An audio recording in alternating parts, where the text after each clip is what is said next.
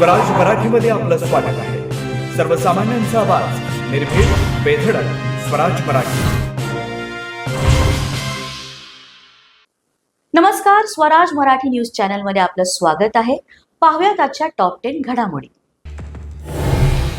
कृषी मंत्री माणिकराव कोकाटे यांना मोठा दिलासा। नाशिक सत्र न्यायालयाकडून शिक्षेला स्थगिती, अपील सुरू असेपर्यंत आमदारकीवरचं संकट दूर। समाजवादी पार्टीचे आमदार आझमी यांना औरंगजेबाची स्तुती भोवली। आझमींचे बहुमताने निलंबनाचा कालावधी ठरवण्यासाठी समिती स्थापन।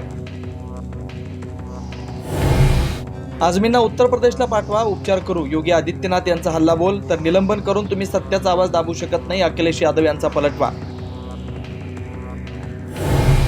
शिवसेना नेते आदित्य ठाकरे यांची मुख्यमंत्री फडणवीसांसोबत चर्चा।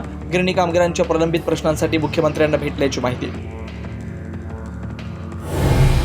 मोबाईल हॅक करून इंद्रजित सावंत यांना धमकी। शिवाजी महाराजांबद्दल आक्षेपार्ह बोलणाऱ्या प्रशांत कोरटकरचा दावा।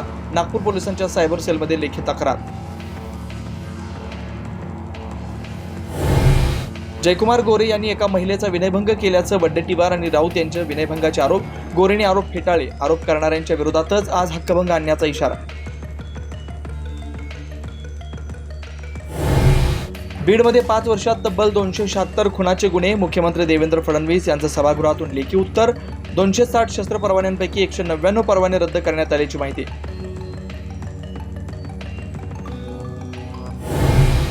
जात पडताळणी, डोमिसाईल, नॉन क्रिमिलियरसह सर्व शासकीय प्रतिज्ञापत्रांसाठी आवश्यक 500 रुपयांच्या स्टॅम्पमधून अर्जदारांची सुटका। महसूल मंत्री चंद्रशेखर बावनकुळे यांचा निर्णय, तात्काळ अंमलबजावणीचे आदेश।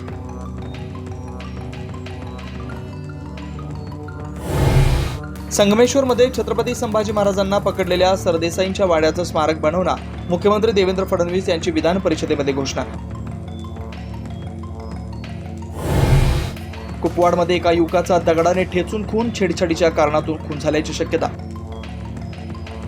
आजच स्वराज मराठी न्यूज चॅनलला लाईक करा, शेअर करा आणि सबस्क्राईब करा।